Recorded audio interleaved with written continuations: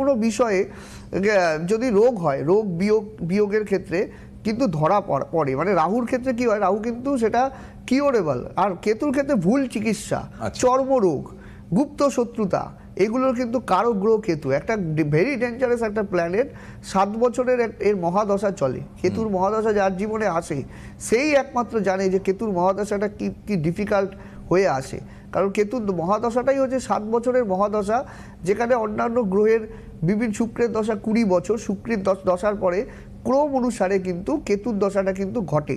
কেতুর দশাটা আপনার জন্মকুণ্ডলিতে কেতু যদি অশুভ অবস্থায় থাকে, সেই সময় কিন্তু এই কেতুর প্রভাব অশুভভাবে কিন্তু পড়ে। সে কীরকমভাবে পড়ে? কেতুর অশুভ প্রভাব হলে কি হবে?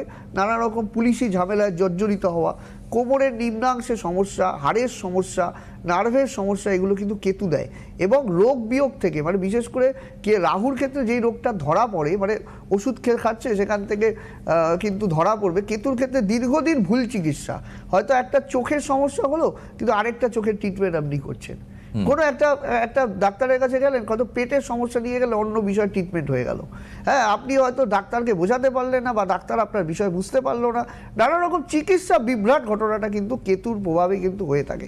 এবং কেতুর দশায় আমরা দেখবেন, আমি আগেও বলেছি, দেখবেন মিসিং, আপনারা দেখবেন রেল স্টেশনে বা বিভিন্ন জায়গায় দেখবেন বিভিন্ন মানুষের ছবি দেওয়া থাকে যে নিখোঁজ।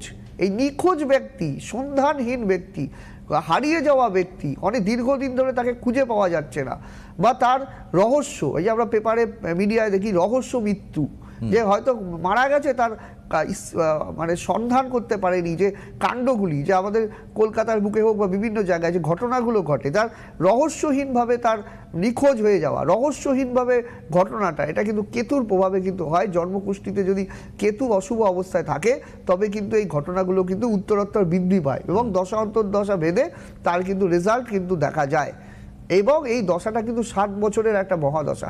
আবার যদি কেতু শুভ থাকে, কেতু অশুভ প্রভাব যদি আপনার জন্মকুণ্ডলিতে কেতু শুভ অবস্থায় থাকে, তবে কিন্তু সেক্ষেত্রে রাজ চাকরি হয়, মানে বড় চাকরি, সাধকের মতো জীবনযাপন করা, বিভিন্নভাবে পিএইচডি বা রিসার্চ ওরিয়েন্টেড কোনো বিষয়, গুপ্ত বিদ্যায় পারদর্শিতা, জ্যোতিষশাস্ত্র থেকে শুরু করে নানা রকম শাস্ত্র নিয়ে চর্চা করা, এবং হচ্ছে এটা কিন্তু কেতুর প্রভাবে কিন্তু হয়। আধ্যাত্মিক দিকে কিন্তু বহু উচ্চ মার্গের কোনো সাধক সেক্ষেত্রে কিন্তু এই কেতুর প্রভাবে কিন্তু হয়ে থাকে। কেতু শুভ এবং অশুভ দুই রকম। দেখবেন বৃদ্ধাশ্রমে যারা থাকে তারা কিন্তু কেতুর প্রভাবে হয়। আপনার কেতুর যদি তাদের অশুভ থাকে, তারা কিন্তু বেশিরভাগ মানুষ কিন্তু বৃদ্ধাশ্রমে থাকে এবং তাদের সন্তান সুখ থেকে কিন্তু বঞ্চিত হয়। এই